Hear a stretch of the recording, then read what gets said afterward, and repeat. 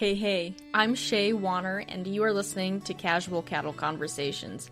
If you are ready to explore different management practices and focus on improving your operation and the beef industry, this is the podcast for you.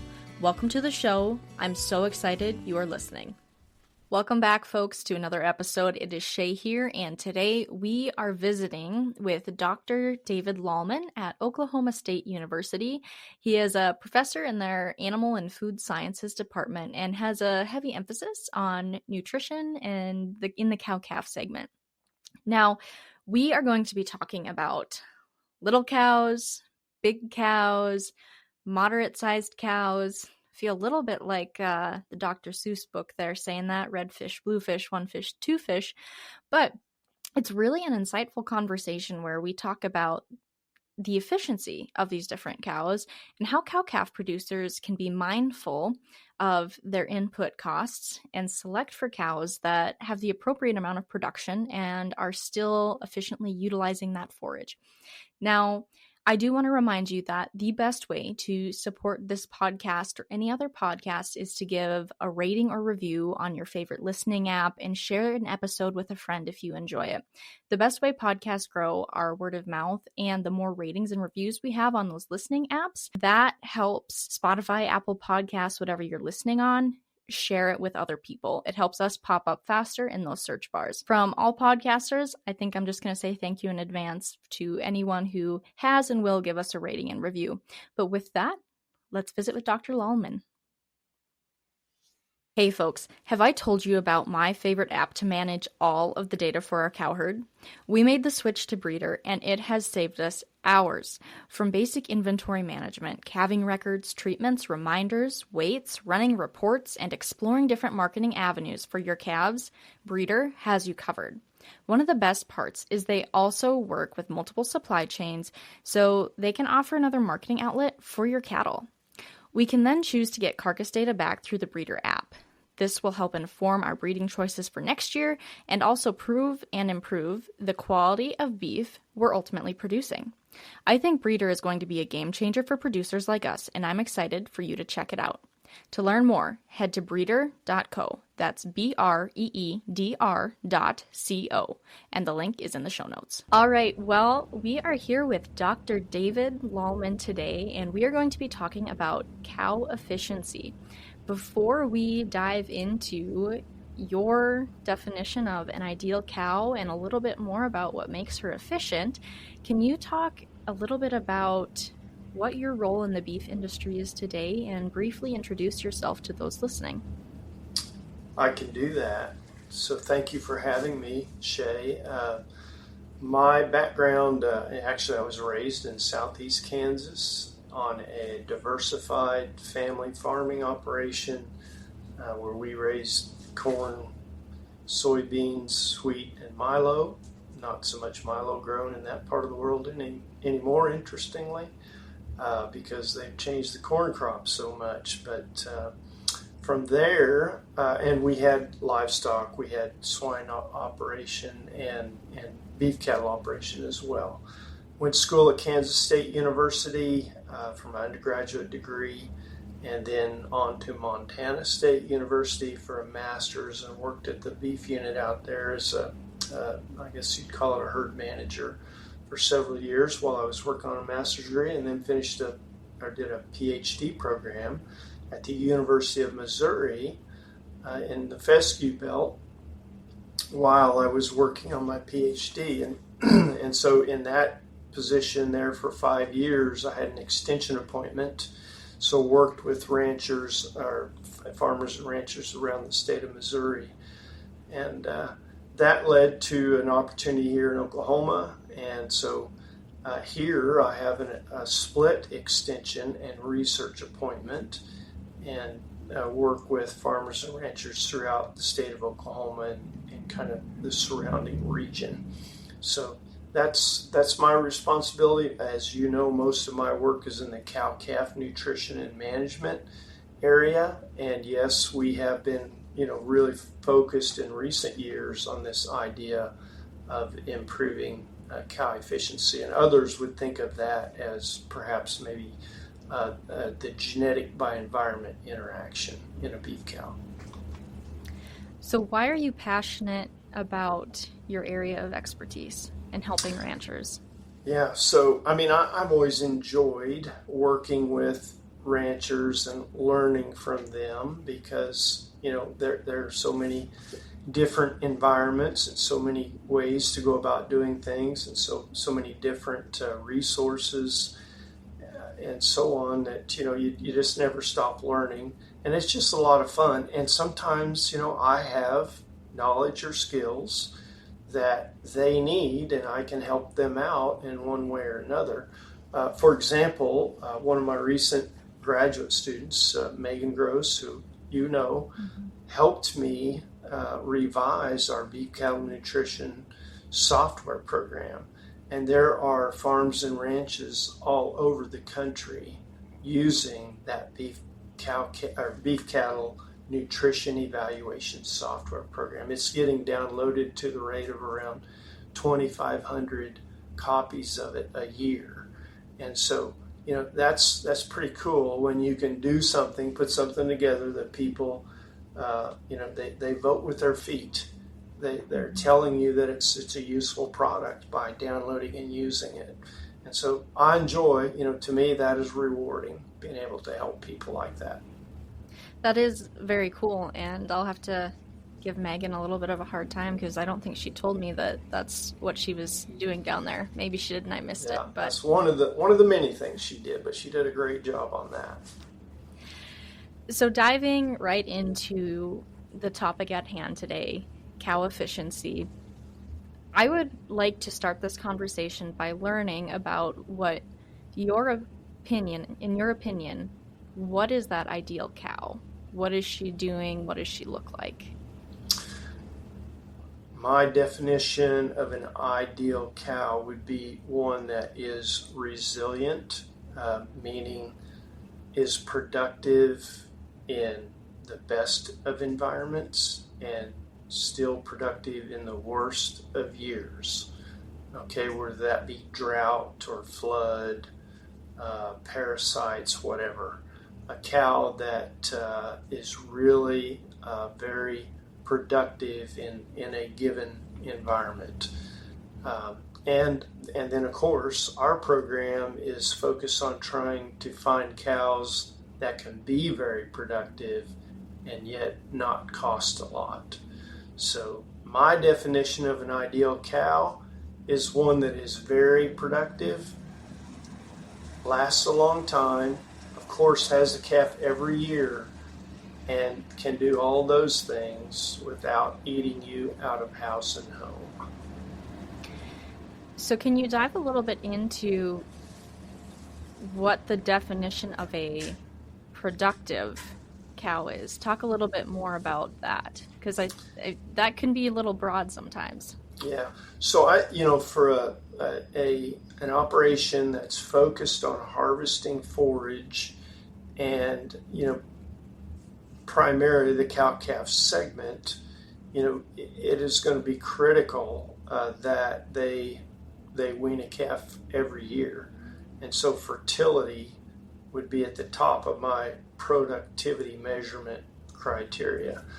And then next is, if they're going to get pregnant, we can check that box. If they're going to get pregnant every year, of course, you'd like for them to be productive in terms of weaning. Maybe some people might think of it as a big percentage of her body weight.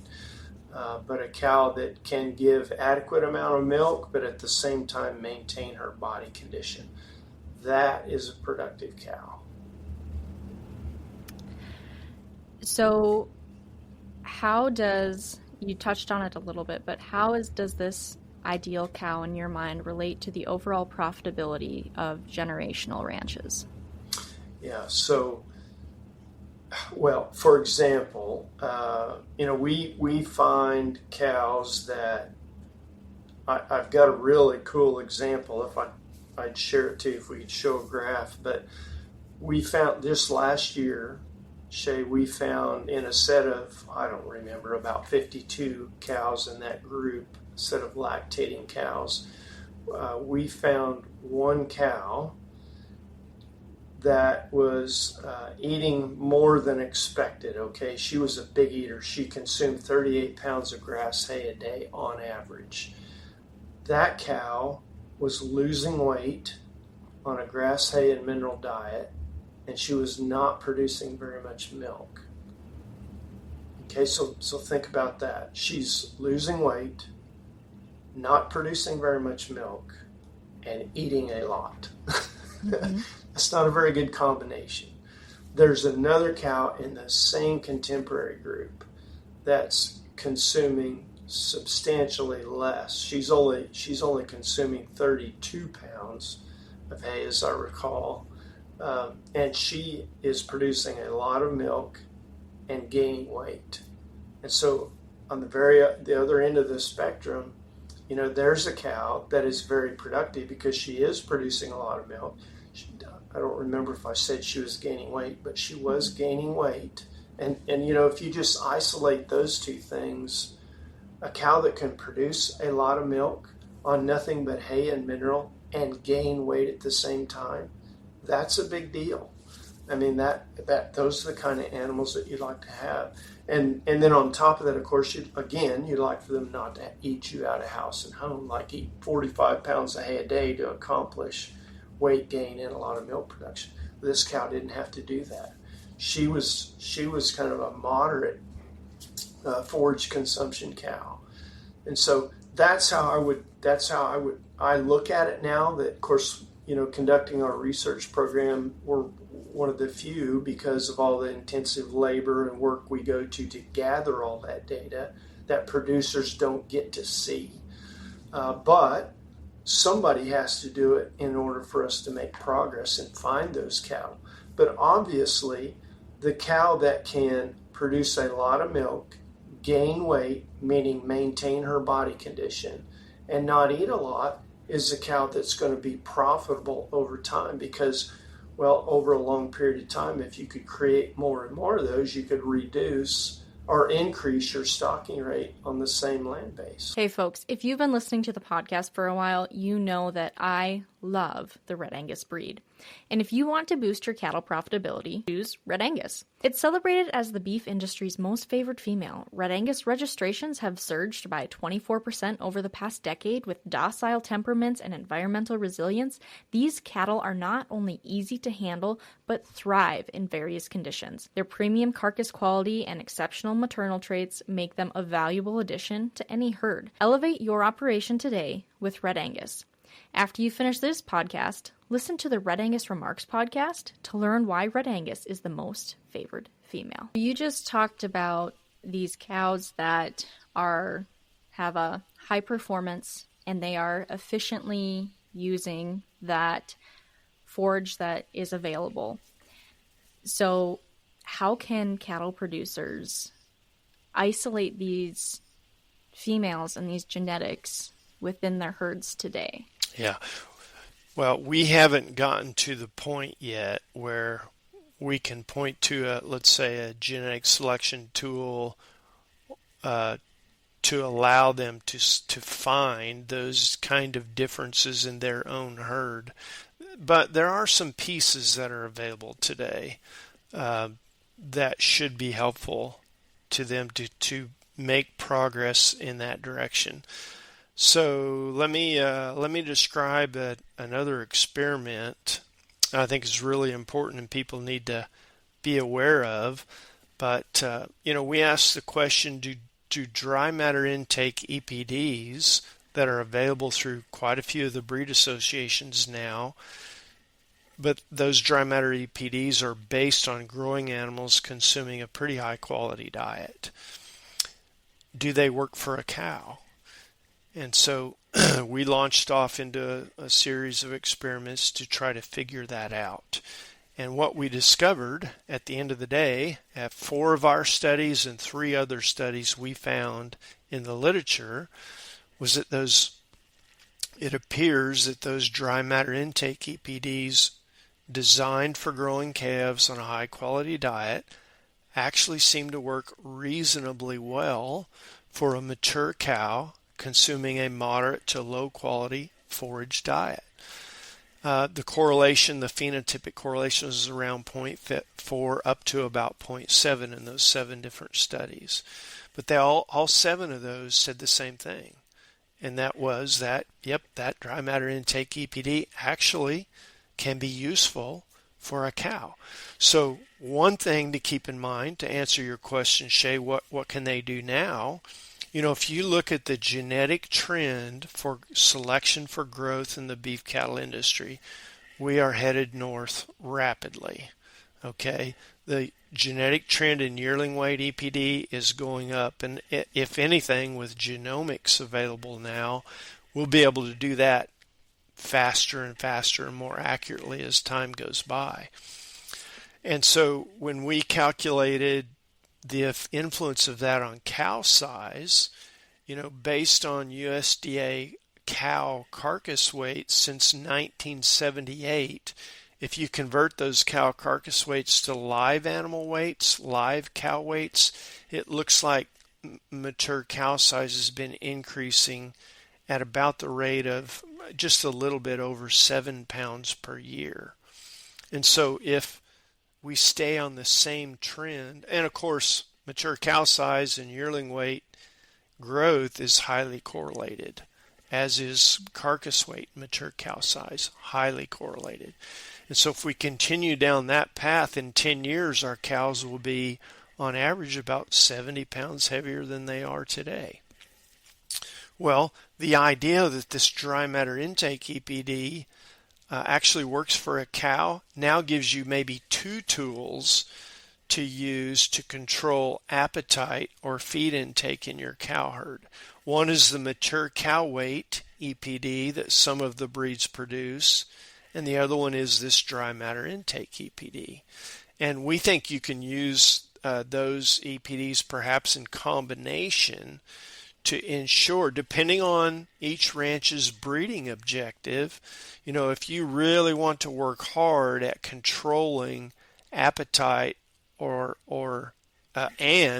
cow size, so that you can maintain a constant stocking rate or increase stocking rate as you improve on cow efficiency, I think you ought to be thinking about maybe using the mature cow weight EPD and the dry matter intake EPD at the same time. Use them together. And I think that's a pretty powerful way to ensure that as selection for growth goes up in the industry, you're not just creating cows with greater appetite, meaning you should be reducing your stocking rate on the same land base over time.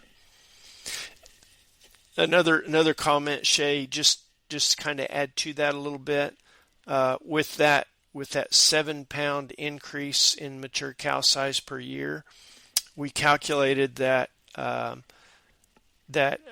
someone that had a 30-year career in the cattle industry, and they did nothing but selected for industry average growth over that 30-year career, you should be grazing about 13% fewer cows today than you were 30 years ago. Okay, so that's the impact of that cow size on stocking rate over time based on overall industry average. So, in some ways, do you think the industry has gone too far in selecting for specific growth traits and pushing for more performance? That's a good question. As it relates to profitability, I want to add that in there, as it relates to profitability. Okay, so the question was, have we gone too far? And, I think there's going to be a lot of variation out there. There are some operations. I'm headed to one next week, going to spend some time with them that have really focused on maintaining moderate-sized cows, trying not to have to reduce their stocking rate, and it's a seed stock operation, and so they're trying to produce the same scenario for all of their commercial cow-calf guys. But then there are others that have their primary breeding objective is to service more, industry-wide increase profitability in the post-weaning phase. And so, if you're if you're buying bulls from someone with that focus, you and not paying attention to the cows, you probably are increasing your cow cost over time. The other thing that will do, you asked if we had gone too far. The other thing, if you're not paying attention to cow efficiency, in other words, cow size, feed intake in the cows, their ability to maintain their body condition. Okay, if you are not paying attention to those things as time goes by, you are going to, let's say, maybe create a cow herd that's less resilient when times get really tough. And so, that's an important consideration, along with the potential impact that the lower resilience, lower body condition in particular, in a tough year would have on fertility or reproduction. So earlier, a question or two back, you talked about, how cattle producers can look at that dry matter intake and that mature cow size both. That's a little easier for a seed stock producer who has that full suite of EPDs on hand to look at some of those traits. What about for the commercial cow-calf producer who maybe doesn't have that genetic information readily available? Well, hopefully they do on the sires they're purchasing to put into their herd. I heard just today, Dr. Bob Weber from Kansas State indicate that the last 3 sires in a pedigree account for 87% of the genetics in your current cow herd. And so, if you think about that, a cow's sire, that cow's paternal grandsire, and then the maternal grandsire, those 3 bulls account for 87% of the genetics that are standing out there in your herd right now. And so if your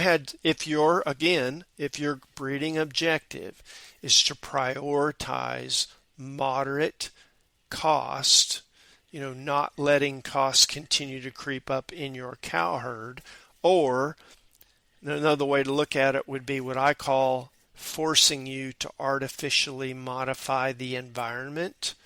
What do I mean by that? What I mean is that over time, what you have to do is continually increase the expensive inputs so that you don't have drastic reproductive failure. Okay, that's artificially modifying the environment.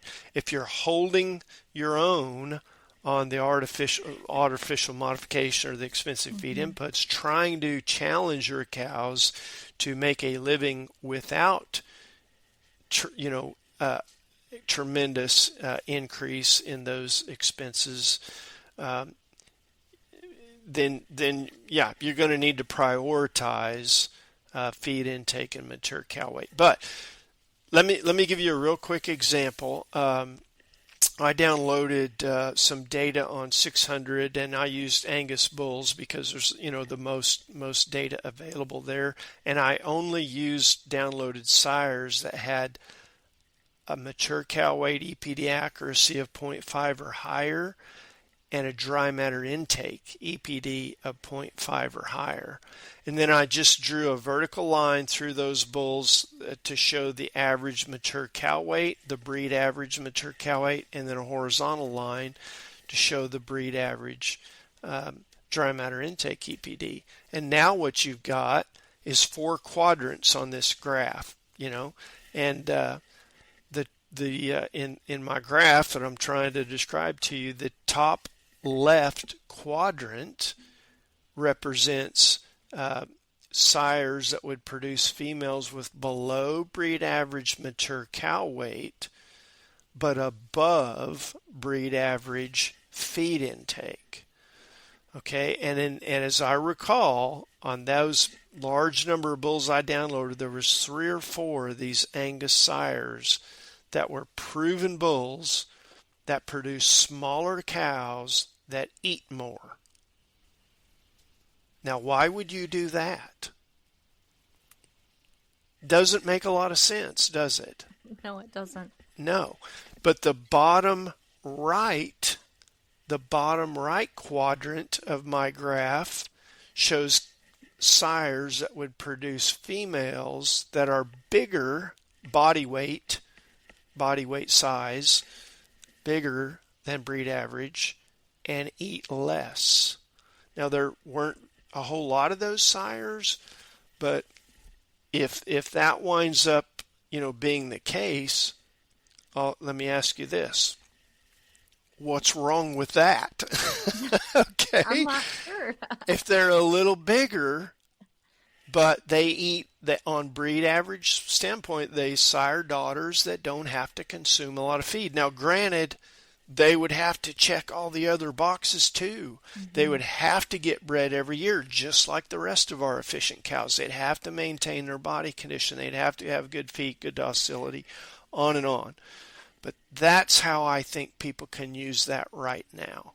And if you have a priority in your operation, because those artificial modifying inputs are really expensive, because maybe you have to truck them into Nevada or wherever your place is, well, then maybe you ought to be looking for sires that fall in the bottom left quadrant, which is sires that produce daughters that are below breed average in weight and below breed average in feed intake. I think that would ensure females that are low cost. And again, they still have to check all the other boxes. I think that's really cool and useful for almost anybody, again, considering now it won't happen overnight. The last three sires, as we've already talked about, represent 87%. So in just a few years, you could definitely create some of those, those scenarios. That is very neat. And if you do want to share that visual or that graph, I can definitely include that either in the show notes or overlay it over the video as well. Happy to. If you have any resources so people can see that. You bet. The other thing I want to say, Shaye, is that, over the years, we started with mature cow weight as a proxy for feed intake. And that's why the breed associations have produced those EPDs. And it's a good place to start because in general, we know that bigger cows consume more feed. But it's not perfect. And that's why I think, so in other words, in our research program, we found big cows that don't eat very much and still maintain their condition. We have found little cows that eat a lot, just like my top left quadrant, right? Mm-hmm. And we see that in every group we test. But if that's all you've got is mature cow weight as a proxy for feed intake and stocking rate and those kind of things, it's a good place to start. That is interesting, and that's been a conversation that has been on the show before when I had Dr. Troy Rowan and some folks with Series Tag. It's a tag over in Australia that has an algorithm where they're trying to measure forage intake for cows when they're out on pasture. So that is always an interesting conversation when you have, that there are little cows that are eating more and larger cows that are eating less than the smaller cows. So I think that's something that we as an industry are getting better about keeping in mind, but it's important to remember that just looking at that mature cow size doesn't always correlate to how much they are consuming. I mean, it's a good place to start, but it's not perfect. So I do want to muddy the water a little bit with that one question that I asked earlier about, have we gone too far with pushing for performance? So we talked about it just looking at a cow-calf operation that is focused on profitability. But what about taking that same question and applying it to that animal that has to go all the way through the supply chain and end up on the consumer's plate? Okay. Well, how about we start answering your question with the cows in the top left quadrant of our graph. Okay, those are the smaller cows that eat more. Okay, so first of all, you probably have a little bit lower weaning weight in those females. And of course, you've got higher costs because they eat more than breed average. But next, when it comes time to sell them as cull cows, what do you have? Well, you have less cull cow weight to sell. Again, there's a strong genetic correlation between mature cow weight and post-weaning growth.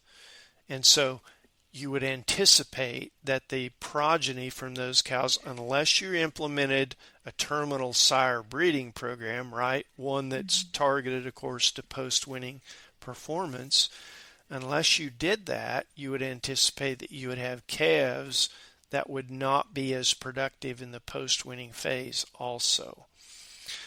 And then if we shift to the bottom right quadrant of the graph, where we've got female sires that produce females that are above breed average in mature cow weight, but they consume less feed on average. Now you've got a female that is going to obviously consume less feed because they're below breed average in dry matter intake EPD. You'll have more cull cow weight to sell, and the strong genetic correlation suggests that you should have more post-weaning growth, and the probability of finding genetics with better feed efficiency post-weaning. So, I think there's an opportunity there to, I'm not going to say we can perfectly do both at the same time, control cow costs and create a rock star, feed yard animal, but we can at least probably make some progress in that direction. David, is there anything that you're excited about or currently working on related to this topic that you would like to share with those cow-calf producers who are out there listening today? Well, as you know, and we've already hit on here in our discussion, the cattle industry is changing rapidly, and has actually for a long time. But with the genetic selection tools and the technology we have available today, it's changing faster than ever. We're really thrilled and excited to be seeing some of the differences in each contemporary group we see, and it's obvious that there is just tremendous low-hanging fruit because we have identified cattle that are just tremendous in terms of efficiency and converting forage to beef. But what we really need to do, we're looking forward to and working hard to accomplish, is find a way to help people practically and cost effectively identify those animals in their contemporary groups out in their pastures. We're not there yet, but that's what we're working on, and that's what we hope to achieve. All right. Well, before we wrap up the conversation today, any final thought, either related to what we talked about today or just in general, that you want to share with cattlemen and women? If you have an interest in this kind of work, I would just invite people to contact us, and we're happy to discuss the things that we're working on here at Oklahoma State, and certainly invite you to come tour our facility and kind of see how we're measuring. We didn't talk much about our actual facility and how we're going about this work, but we're measuring long stem, dry grass hay intake on these individual animals, and we have a specialized system or facility to do that. Shaye, we'd rather be doing that work out in the pasture, but again, we haven't figured out how to do that yet, and so the next best thing we thought was to at least feed a diet that's pretty close to where a cow has to make her living, and that's long stem dry grass hay. It's not been processed, doesn't have concentrate in it. She's getting dry grass hay and mineral. But anyway, if people are interested, they're welcome to come visit.